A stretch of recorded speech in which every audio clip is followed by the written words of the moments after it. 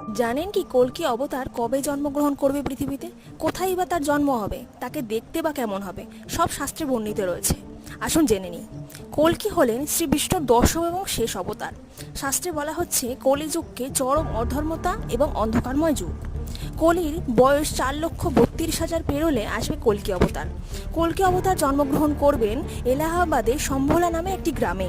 পিতার নাম হবে বিষ্ণু শর্মা ও মাতার নাম হবে সুমতি দেবী। তার রূপ কেমন হবে? শাস্ত্র বলছে কল্কিকে একজন বীর যোদ্ধা হিসেবে চিহ্নিত করা হয়েছে।